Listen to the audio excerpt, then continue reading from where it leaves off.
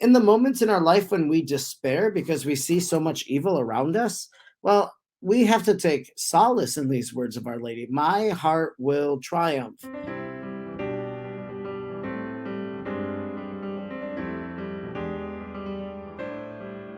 This was a promise of Our Lady at Fatima. She said, "In the end, my Immaculate Heart will triumph." And I remember being in Fatima.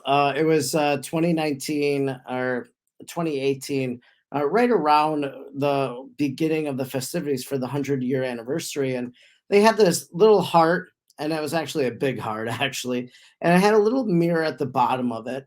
And as I stood and I looked at this heart, and this was the image of the centennial anniversary, I thought to myself, well, there I am in the heart of Mary, and there she is, there I am. And as I look at her heart, I'm like, well, I want her heart in me.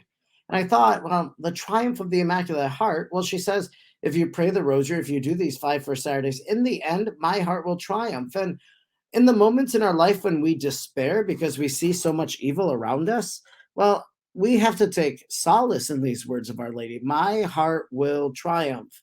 It will triumph over sin. It will triumph over evil. It will triumph over war. And that's a promise. And I think there are little mini triumphs of the Immaculate Heart in our lives when we allow her heart to triumph in and through us.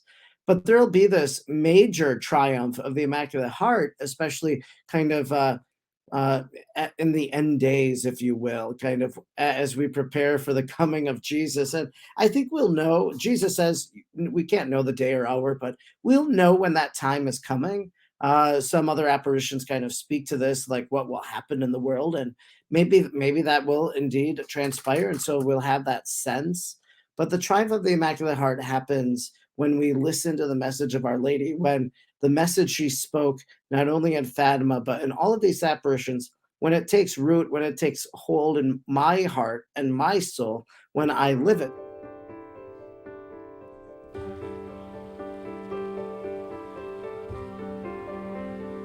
Our Lady of Fatima, in these apparitions, in the subsequent years after the 1917 apparition, so when Sister Lucia was in the convent, to pray for the 5 first Saturdays, which was to bring about the consecration of Russia to the Immaculate Heart, and another way in which her triumph would be ushered in. So it's really a basic plan of spiritual life, right?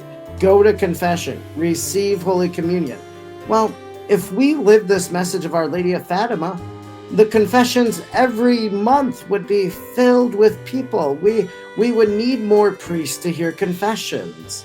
And so it's a program, it's a way of life. She's showing us the way, and we're just saying, I don't want to walk that way. I don't want to go to confession.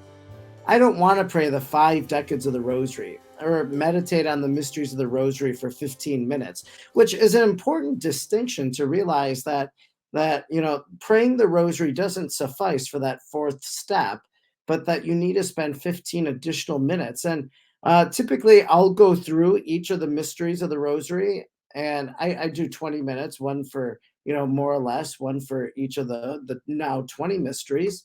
And I'll go through and do that. And oftentimes a certain theme will emerge. So one time it was like the surprise of Our Lady. So kind of the surprise she had when the angel shows up, the surprise of Elizabeth greeting her in such a manner, the surprise at the 3 kings coming, or the birth of Jesus, so lots of times there are these surprises. Or maybe it's the fear and how Our Lady can quell fear. So where there was fear, then there was peace. So I always try to find a little theme that I can reflect on. But when we listen to the words of Our Lady, her message has to triumph then. That's my opinion. You are listening to The Digital Cafe, presented to you by the Rosary Hour podcast, a production of Travessa de Centro House Press in Porto, Portugal. This is Father Chris Alar, the Provincial Superior of the Marian Fathers here at the National Shrine of the Divine Mercy, and it's great to be part of the Rosary Hour podcast. This mini-series on the Rosary is an invitation for anyone dedicated to deepening the why behind our prayers. And with that intention, a chance to offer to the Mother of God a genuine desire for change of heart and return to God. Thank you and enjoy, and God bless you. You can subscribe to the Rosary Hour podcast by going to rosaryhourpodcast.substack.com. That's rosaryhourpodcast.substack.com.